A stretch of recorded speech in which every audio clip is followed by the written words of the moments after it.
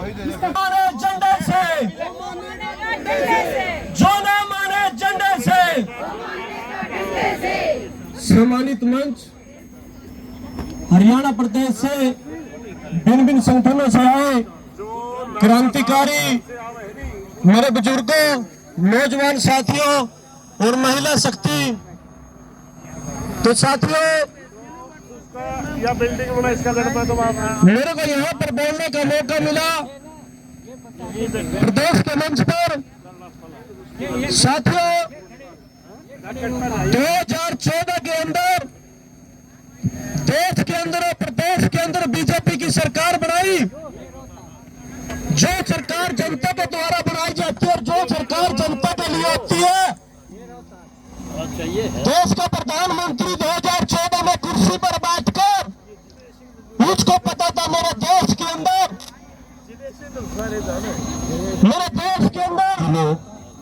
सभी किसान वर्ग, सभी संगठन धर्म और जाति में बटे हुए हैं। ये अपनी लड़ाई नहीं लड़ सकते। तो देश के प्रधानमंत्री ने उस कुर्सी पर बैठकर जो तानाशाही निर्णय लिए, वो उस निर्णय में कामयाब हुआ। क्योंकि इतिहास गवाह है इस बात का, जो गुलामी हमने लंबे समय जगह मुगलों के गुलाम रहे, उसका कारण एक ही था कि हमारे जितने भी राज्य थे, रियासतें थी, सभी के सभी अलग अलग लड़ते रहे। और यही जब हम इस तरह से धर्मों में, जातियों में बढ़ते रहे, क्षेत्रवाद में बटे रहे, तो हमारे हिंदुस्तान को लंबे समय तक गुलामी सहन करनी पड़ी। तो इस देश के प्रधानमंत्री नरेंद्र मोदी को भी पता था कि सत्ता पे हासिल होकर इस देश में किसानों का हक कैसे छीना जाए, मजदूरों का हक कैसे छीना जाए और कर्मचारियों का हक कैसे छीना जाए। देश के प्रधानमंत्री ने सबसे पहले कुर्सी पर बैठकर जो ट्रैक्टर के द्वारा अन्न पैदा किया जाता है, उस ट्रैक्टर पर टैक्स लगाया गया। उसके बाद देश के प्रधानमंत्री ने जब किसान मंडी में फसल लेके जाता है, उसमें जो बोनस दिया जाता है, उस बोनस को खत्म किया गया। और साथियों, हद तो जब हो गई जब 3 काले कानून देश के अंदर मंडियों को खत्म किया गया।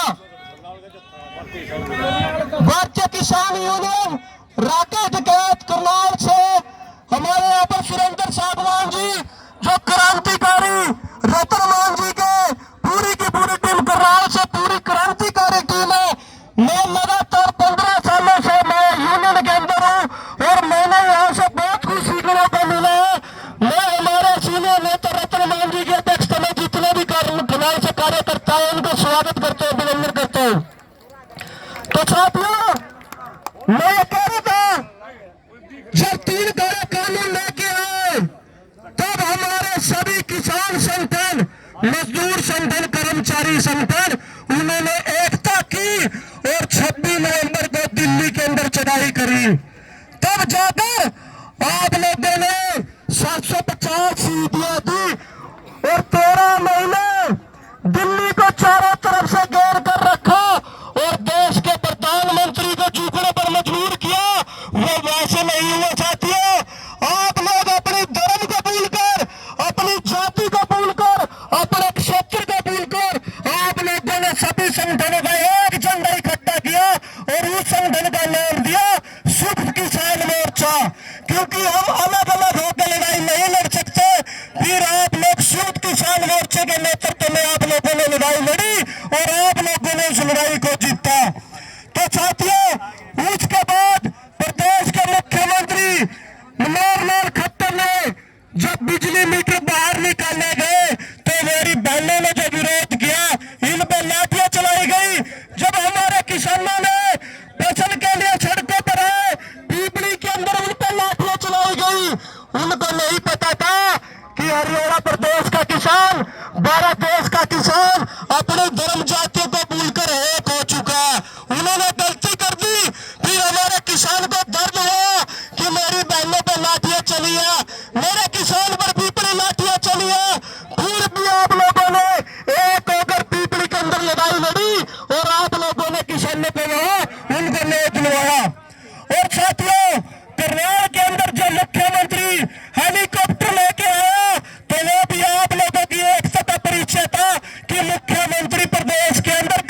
अंदर अपना हेलीकॉप्टर नहीं उतार सका।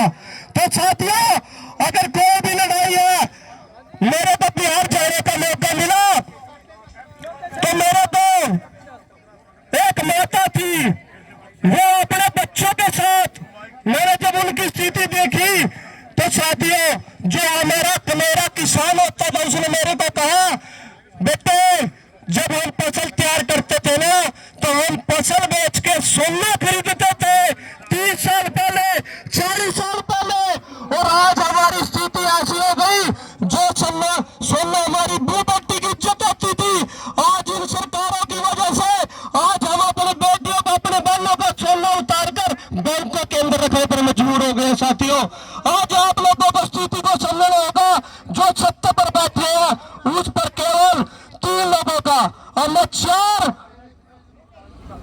राजनीति और कॉर्पोरेट घराने, और एक इसके अंदर अफसरशाही और छोटी जो यूनिटी जुड़ी है, वो 7 आदमी, केवल ये 4 आप लोगों पे कब्जा करके बैठे हैं। वो किसानों को भी हक छीनेंगे, वो कर्मचारियों को भी हक छीनेंगे, और जो लड़ाई पूरे देश की लड़ सकते हैं। तो उस माता ने मेरे को कहा कि बेटे, मेरे को बड़ी खुशी हुई जो दिल्ली के अंदर सभी संगठनों एक होकर लड़ाई लड़ी, और उसके अंदर जो संयुक्त किसान मोर्चा उभर के आया, वो कहने लगी, साथियों सुनने की बात है, उसने मेरे को कहा, बेटे मैंने लंबे समय तक देखा, हम गरीब लोग किसानों की ताकत बनने के लिए घर से 3-3, 4-4 दिन बना के लेके जाते हैं, और अपने बच्चे को भी साथ लेके जाते हैं। उसने कहा कि मैंने अपने जीवन में भगवान को तो नहीं देखा, मैंने अपने जीवन में भगवान को तो नहीं देखा, अगर आज किसान का, मजदूर का, कर्मचारियों का हक दिलवा सकता है, तो वो देश का संयुक्त किसान मोर्चे के सदस्य को मैं भगवान के रूप में देखती हूँ। अगर वो सही लड़ाई लड़के किसानों को, मजदूर को हक दिला सकते हैं, वो संयुक्त किसान मोर्चे के सदस्य है। मैं आज जो यहाँ पर संयुक्त किसान मोर्चे में बैठे, मैं आज उनको भी कहना चाहता हूँ कि अब तक आप लोगों ने 4 साल में जिस लड़ाई को यहाँ पर